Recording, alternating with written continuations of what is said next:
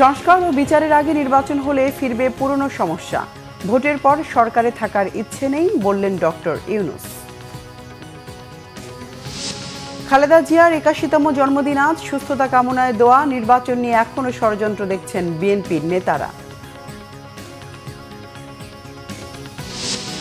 ১৫ August ঘিরে ধানমন্ডি ৩২-এ নিরাপত্তা জোরদার। সতর্ক আইন শৃঙ্খলা বাহিনী, সব প্রবেশ পথে ব্যারিকেড।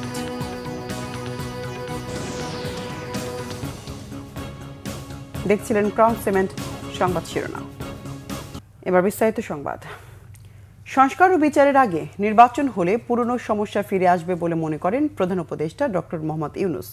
ফেব্রুয়ারিতে সাধারণ নির্বাচন অবাধ ও নিরপেক্ষ করতে অন্তর্বর্তীকালীন সরকার ব্যাপক সংস্কারমূলক পদক্ষেপ গ্রহণ করছে বলেও তিনি উল্লেখ করেন। মালয়েশিয়ান সংবাদ মাধ্যম সিএনএ-কে দেয়া সাক্ষাৎকারে তিনি বলেন, নির্বাচনের আগে সংস্কার ও ক্ষমতাচ্যুত হাসিনা সরকারের অনিয়ম, দুর্নীতি ও মানবাধিকার লঙ্ঘনের বিচারকেই প্রাধান্য দিচ্ছে অন্তর্বর্তী সরকার। সাক্ষাৎকারে তিনি বলেন, নির্বাচন গ্রহণযোগ্য না হলে এর কোনো অর্থ নেই। একটি গ্রহণযোগ্য, পরিচ্ছন্ন ও উৎসবমুখর নির্বাচন নিশ্চিত করা তার কাজ বলেও ডক্টর ইউনূস জানান। ৮৫ বছর বয়সী এই অর্থনীতিবিদ বলেন, নির্বাচনের পর সরকারে থাকার কোনো পরিকল্পনা তার নেই।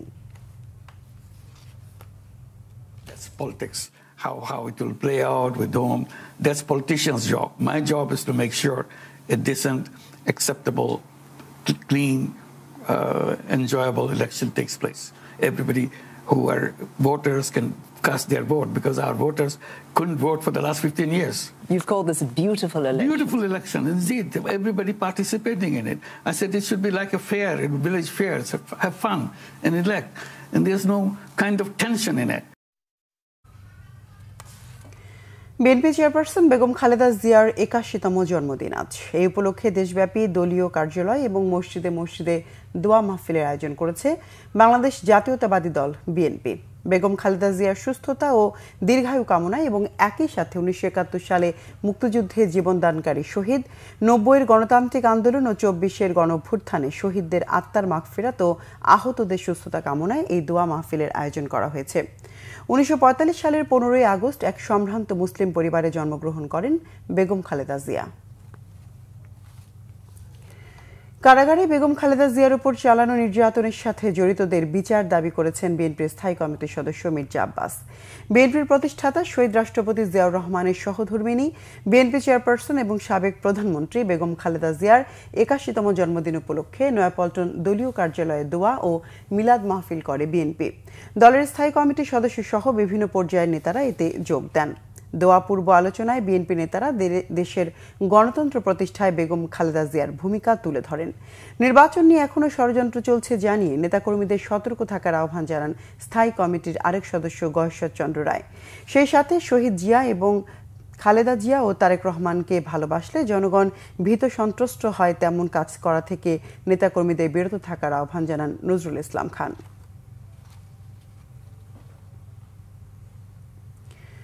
আইনশৃঙ্খলা বাহিনীর কড়া নজরদারিতে ১৫ই আগস্ট শেখ মুজিবের ৩২ নম্বরের বাড়ি ঘিরে শুনশান নীরবতা। ১৯৭৫ সালের এই দিনে সপরিবারে নিহত হন শেখ মুজিবুর রহমান। ৫ আগস্ট পরবর্তী ৩২ নম্বর রোড সাধারণের জন্য উন্মুক্ত থাকলেও গতকাল থেকেই প্রবেশ পথে ব্যারিকেড দিয়ে রেখেছে আইনশৃঙ্খলা বাহিনী। ১৫ আগস্টকে কেন্দ্র করে ধানমন্ডি ৩২ নম্বরের বাড়ি কেন্দ্রিক অপ্রীতিকর কার্যক্রম এড়াতে সতর্ক অবস্থানে রয়েছে পুলিশ। বন্ধ করে দেয়া হয়েছে ৩২ নম্বরের বাড়িটিতে প্রবেশের সবকটি সড়ক। সংবাদ সংগ্রহের জন্য শুধু গণমাধ্যম কর্মীরাই বাড়িটির সামনে অবস্থান করতে পারছেন, তবে কেউ কেউ ব্যারিকেডে বাধা পেয়ে উপস্থিত জনতা ও মজু সাংবাদিকদের সাথে বাকবিতণ্ডায় জড়িয়ে পড়েন। পুলিশ তাদের নিরাপদে সরিয়েও দেয়। ফুল নিয়ে প্রবেশ করতে চাইলে এক ব্যক্তিকে ঘিরে উত্তেজনা তৈরি হয়, তাকেও সরিয়ে দেওয়া হয়। গত রাতেও কয়েকজনকে ধরে পুলিশে দেয় জনতা। রাজশাহীতে একই পরিবারের ৪ জনের মৃতদেহ উদ্ধার করা হয়েছে। নগরীর উপকণ্ঠ খড়খড়ি বামুন শেখর এলাকার একটি বাসা থেকে মরদেহগুলো উদ্ধার করা হয়। নিহতরা হলেন মোহাম্মদ মিনারুল, তার স্ত্রী মোসাম্মত মনিরা খাতুন, ১.৫ বছর বয়সী সন্তান মিথিলা খাতুন ও ১১ বছরের মোহাম্মদ মাহিম। পুলিশ জানায়, ঋণের বোঝার চাপ সইতে না পেরে স্ত্রী ও ২ সন্তানকে হত্যার পর আত্মহত্যা করেছেন মোহাম্মদ মিনারুল। জানা গেছে, মিনারুল তার স্ত্রী ও ২ সন্তানকে শ্বাসরোধে হত্যা করেন। এরপর তিনি নিজেই গলায় ফাঁস দিয়ে আত্মহত্যা করেন। ঘটনার পর পুলিশ সেখানে গিয়ে মরদেহ উদ্ধার করে। আত্মহত্যার কথা বলে একটি চিঠিও পাওয়া গেছে সেখানে।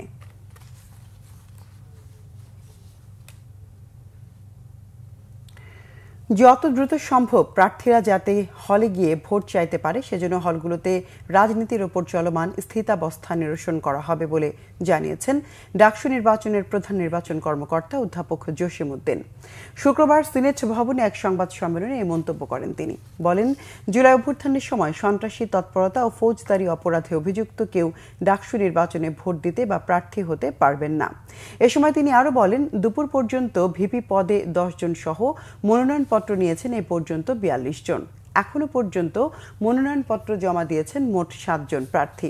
ডাকসু নির্বাচনে 18 তারিখ পর্যন্ত প্রার্থীরা তাদের মনোনয়নপত্র সংগ্রহ করতে পারবেন এবং 19 আগস্ট পর্যন্ত জমা দিতে পারবেন। ডাকসু নির্বাচনে ভোট গ্রহণ হবে 9 সেপ্টেম্বর।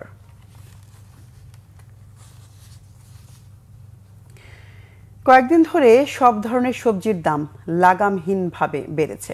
প্রায় সব সবজি 100 টাকা ছুঁই। শুক্রবার রাজধানীর পলাশী বাজারে ঝিঙ্গা প্রতি কেজি 100 টাকা, পটল 90 টাকা, ধুন্দুল 90 টাকা, টমেটো 150 টাকা, করলা 100 টাকায় বিক্রি হচ্ছে। ঢেঁড়সের কেজি 90 টাকা, শসা 100 টাকা, বেগুন 100 টাকা ও 120 টাকা, কাঁচামরিচ 280 টাকা, ছড়া কচু 60 টাকা এবং গাজরের কেজি 120 টাকায় বিক্রি হচ্ছে। এদিকে প্রায় 2 সপ্তাহের ব্যবধানে ডিমের দাম ডজনে 30 টাকা বেড়ে বিক্রি হচ্ছে 150 টাকায়।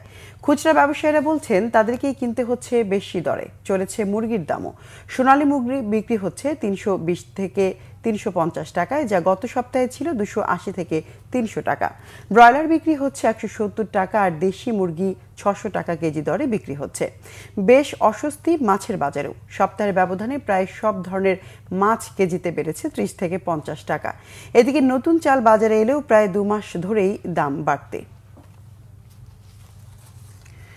পারমাণবিক হামলার হুমকি আর সহ্য করবেন না বলে পাকিস্তানকে হুঁশিয়ার করেছেন ভারতের প্রধানমন্ত্রী নরেন্দ্র মোদী। ভারতের ৭৯তম স্বাধীনতা দিবসের অনুষ্ঠানে পাকিস্তানকে সন্ত্রাসবাদের মাস্টার বলেও কটাক্ষ করেন তিনি। ৭৯তম স্বাধীনতা দিবসের বর্ণাঢ্য আয়োজনে শুক্রবার সকালে ঐতিহাসিক লালকেল্লায় প্রায় ২.৫ ঘণ্টার ভাষণে মোদী বলেছেন, পারমাণবিক সক্ষমতা বৃদ্ধির উদ্যোগ নেবে তার সরকার। পারমাণবিক হামলার হুমকি দিয়ে ব্ল্যাকমেইল করার দিন আর নেই উল্লেখ করেন তিনি। পাকিস্তানের সাথে সিন্ধু পানি বন্টন চুক্তির প্রসঙ্গ টেনে একে একপেশে উল্লেখ করেন মোদী। বিভিন্ন রাজ্যে বাংলা ভাষাভাষী আর বাংলাদেশি সন্দেহে ধরপাকড়ের মধ্যেই মোদী দাবি করেছেন, সুচিন্তিত ষড়যন্ত্রের মাধ্যমে ভারতে অনুপ্রবেশ আর দেশের জনবিন্যাস বদলে দেয়া হচ্ছে। তার অভিযোগ, অনুপ্রবেশকারীরা দেশের তরুণ প্রজন্মের ভাত কেড়ে নিচ্ছে আর সীমান্তবর্তী অঞ্চলের জমি দখল করছে। এটা আর সহ্য করা হবে না বলে হুঁশিয়ার করেছেন মোদী।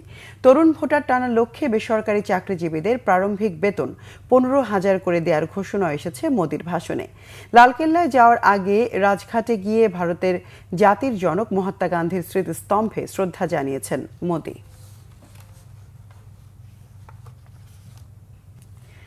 দর্শক, ছিল এখনকার মতো। পরের সংবাদ সন্ধ্যা 6টায়। এর আগে 5টায় রয়েছে নিউজ টপ 10 দেখার আমন্ত্রণ রইল। এতক্ষণ সঙ্গে থাকায় ধন্যবাদ সবাইকে।